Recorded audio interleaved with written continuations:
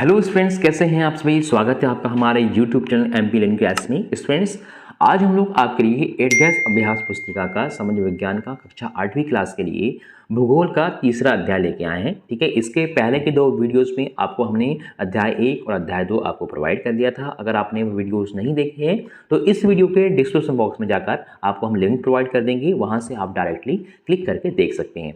तो चलिए देखते हैं 8 गैस अभ्यास पुस्तिका सामान्य विज्ञान भूगोल का 3rd अध्याय। क्या है तीसरा अध्याय? इसमें दिया है कृषि। ठीक है, जो कि आपकी नोटबुक में आपने अभ्यास पुस्तिका में 39 नंबर के पेज में आपको मिल जाएगा। तो देखते हैं कृषि अध्याय 3 क्या दिया हुआ है। स्थल मंडल अनेक प्लेटों में विभाजित है जिसे स्थल मंडलीय प्लेट कहते हैं। ये प्लेट हमेशा धीमी गति से चारों तरफ घूमती रहती है।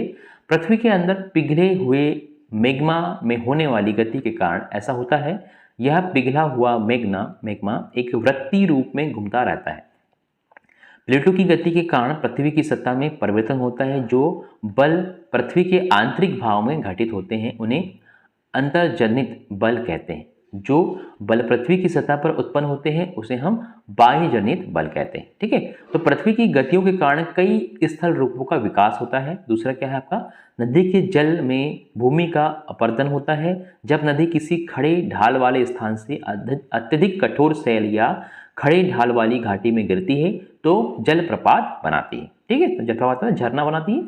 फिर जो हिमनद के द्वारा पर्वतीय क्षेत्र में गहरे गर्तों का निर्माण होता है और अपरदन एवं निक्षेपण के कारण पृथ्वी के धरातल पर विभिन्न स्थलाकृतियों का निर्माण होता है। तो ये आपका कृषि के बारे में थोड़ा सा आपको दे दिया है इन्हें, क्या कि हमारी जो पृथ्वी है उसमें कितने प्लेटों में बटी हुई है और वो कैसे अपना जो है परिवर्तन करती है उसके बारे में बताया। तो नेक्स्ट हम लोग आगे देखेंगे इसके क्वेश्चंस क्या है। तो देखिए पहला क्वेश्चन क्या है जो कि 32 क्वेश्चन है। भारत में गेहूं की फसल बोई जाती है। तो आपको ऑप्शन में दिया है वर्षा ऋतु में, ग्रीष्म ऋतु में, बसंत ऋतु में या फिर शीत ऋतु में। तो क्या होता है, जो गेहूं है काय की फसल है, ये रबी की फसल है और ये हमेशा शीत ऋतु में बोई जाती है। तो आपका डी आपका सही आंसर जाएगा। ठीक है, आपने खरीफ की फसल और रबी की फसल पढ़ा ही होगा। तो जो खरीफ की फसल में क्या है, जो भी फसलें वर्षा के टाइम पे मतलब बारिश के टाइम में बोई जाती है, जैसे कि आपका धान है, ठीक है, सोयाबीन है, मक्का है, ये सभी क्या है आपकी खरीफ की फसलें हैं।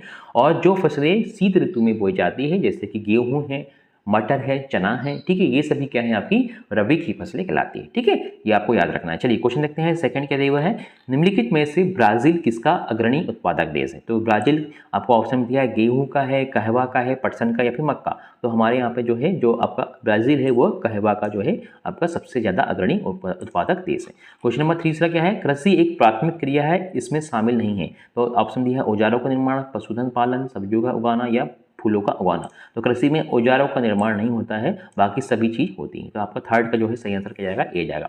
अब नेक्स्ट हमारे क्वेश्चन है। देखिए इसमें आपके वेस्टर्न क्वेश्चन तो खत्म हो गए हैं। अब आपके जो क्वेश्चन आएंगे आपके लघु उत्तरीय क्वेश्चन जाएंगे। तो देखिए पहला क्वेश्चन क्या है, पौधे से परिष्कृत उत्पाद तक के रूपांतरण में कितनी आर्थिक क्रियाएं सम्मिलित है, आपको उसके बारे में लिखना है। तो देखिए पौधे के परिष्कृत उत्पाद तक के उत्पादन में 3 प्रकार की आर्थिक क्रियाएं होती है। पहला होता है प्राथमिक क्रिया, दूसरी होती है द्वितीयक क्रियाएं और तीसरी होती है तृतीयक क्रियाएं। तो ये 3 क्रियाएं आपको लिखना है। ठीक है, चलिए क्वेश्चन नंबर हम देखते हैं 5th क्या दिया हुआ है, कृषि क्रियाकलाप के लिए क्या क्या आवश्यक है। कृषि क्रियाकलाप के लिए आपको क्या क्या की आवश्यकता पड़ती है, तो उसके बारे में दिया है। कृषि क्रियाकलाप के लिए अनुकूल स्थलकृति, मृदा और जलवायु अनिवार्य रूप से आवश्यक होते हैं। ठीक है, इस तरह से आपका बिल्कुल शॉर्ट में आप आंसर लिखेंगे। नेक्स्ट क्वेश्चन देखते हैं हम लोग क्या दिया हुआ है, कृषि तंत्र क्या है, इसके महत्वपूर्ण निवेश एवं संक्रियाएं क्या क्या है।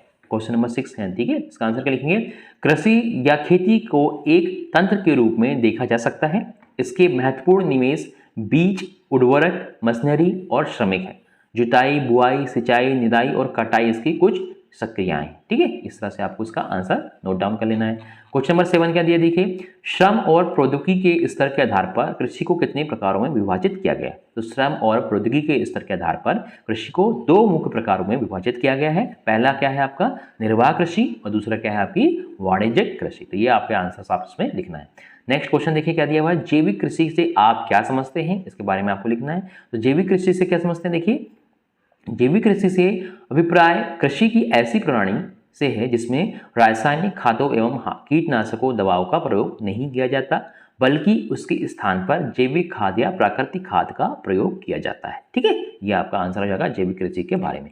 क्वेश्चन नंबर 9 क्या दिया, देखिए आदिम निर्वाह कृषि में कौन कौन सी कृषि को शामिल किया गया है। तो जो आदिम निर्वाह कृषि है उसमें देखिए आदिम निर्वाह कृषि में स्थानांतरित कृषि और जलवासी कृषि पशुचारण कृषि को शामिल किया गया है। ठीक है, ये आपका 9 का आंसर हो जाएगा। क्वेश्चन नंबर 10 देखिए क्या है, मिश्रित कृषि क्या है, यह किन किन देशों में प्रचलित है। तो मिश्रित कृषि क्या है, जब फसलों के उत्पादन के साथ साथ पशुपालन भी किया जाता है और भोजन व चारे की फसलें उगाई जाती है तो इसे मिश्रित कृषि कहते हैं। यह यूरोप, दक्षिण अफ्रीका, अर्जेंटीना और न्यूजीलैंड देशों में प्रचलित है। ठीक है, ये जाएगा क्वेश्चन 10 का आपका सही आंसर। अब देखते हैं क्वेश्चन नंबर 11। क्वेश्चन 11 क्या दिया हुआ है, गेहूं की फसल के लिए किस प्रकार की जलवायु की आवश्यकता होती है। तो गेहूं की फसल के लिए आपको पता ही होगा कि ये शीत ऋतु में लगाई जाती है क्योंकि ये रबी की फसल है। तो इसके बारे में और देखें, गेहूं शीतोष्ण कटिबंधीय पौधा है। गेहूं की फसल के लिए मध्यम तापमान एवं वर्षा और ठीक है संस्कर्तन फसल की कटाई के लिए समय धूप की आवश्यकता होती है। गेहूं की उपज के लिए 50 सेंटीमीटर से लेकर 75 सेंटीमीटर तक वर्षा होनी चाहिए। वर्षा के अभाव की पूर्ति सिंचाई के माध्यमों से की जाती है।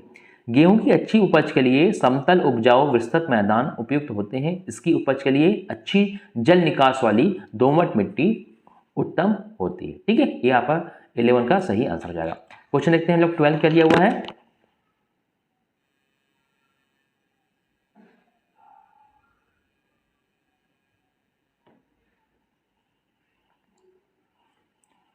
चलिए क्वेश्चन नंबर 12 देखते हैं, कपास की खेती के लिए किस प्रकार की जलवायु व मृदा उपयुक्त होती है। ठीक है, लिखिए। तो इसमें क्या लिखेंगे आप, कपास के लिए एक नगदी फसल है। कपास क्या है, एक नगदी फसल है। इसकी वृद्धि के लिए उच्च तापमान, हल्की वर्षा, 200 से लेकर 200 पाला रहित दिन और तेज चमकीली धूप में आवश्यकता होती है। यह काली और जलोढ़ मिट्टी में सर्वोच्च उगती है। ठीक है, काली मिट्टी में सबसे ज्यादा कपास की खेती की जाती है, इसलिए कपास मृदा भी कहा जाता है। कॉटन क्या है आपको सॉइल भी कहा जाता है किसको, काली मिट्टी को। कपास की फसल मुख्यतः चीन, भारत, ब्राजील, पाकिस्तान और संयुक्त राष्ट्र अमेरिका में होती है। ठीक है, यहाँ पर क्वेश्चन का आंसर हो जाएगा। फिर देखते हैं क्वेश्चन नंबर 13 क्या दिया है, खाद्य सुरक्षा से क्या आशा है। तो खाद्य सुरक्षा की आशा क्या है, खाद्य सुरक्षा से आशा है पदार्थों की सुनिश्चित आपूर्ति एवं जन सामान्य के लिए भोज्य पदार्थों की उपलब्धता से है। पूरे विश्व में खाद्य सुरक्षा सदा से एक चिंता का विषय रहा है। जब भी अनाज उत्पादन में विश्व की वितरण की समस्या आती है तो सहज निर्धन परिवार इससे प्रभावित होते हैं। तो ये क्या कहलाती है, खाद्य सुरक्षा कहलाती है। इसको हम बोलते हैं फूड सिक्योरिटी ऑफ इंडिया बोला जाता है। क्वेश्चन देखते हैं 14 क्या दिया, देखिए। आपके आसपास के क्षेत्र में किन किन फसलों का उत्पादन किया जाता है, उन्हें खाद्यान्न तथा व्यापारिक फसलों में वर्गीकृत कीजिए। ठीक है, तो हमने देखा था खाद्यान्न फसलें जिसको हम लोग खाते हैं और जो व्यापारिक फसलें होती हैं जिसे हम बेच के पैसा कमाते हैं। तो देखिए हमारे आसपास के क्षेत्र में गेहूं, धान, मक्का, सोयाबीन, चना, गन्ना, कपास, जूट आदि फसलों का उत्पादन किया जाता है। इसमें से जो खाद्यान्न फसलें कौन कौन सी है, गेहूं है, धान है, मक्का है, सोयाबीन, ये क्या है खाद्यान्न फसलें हैं।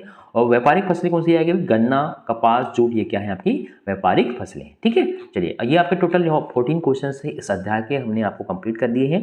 तो वीडियो आपको कैसा लगा हमें कमेंट बॉक्स में बताएं। वीडियो को लाइक करें, फ्रेंड्स को शेयर करें अपने, और अगर चैनल को सब्सक्राइब नहीं करा है तो चैनल को सब्सक्राइब जरूर कर दें ताकि इसके आने वाले जो वीडियोस हैं आपके कोर्स से संबंधित आपको तुरंत मिल जाएंगे।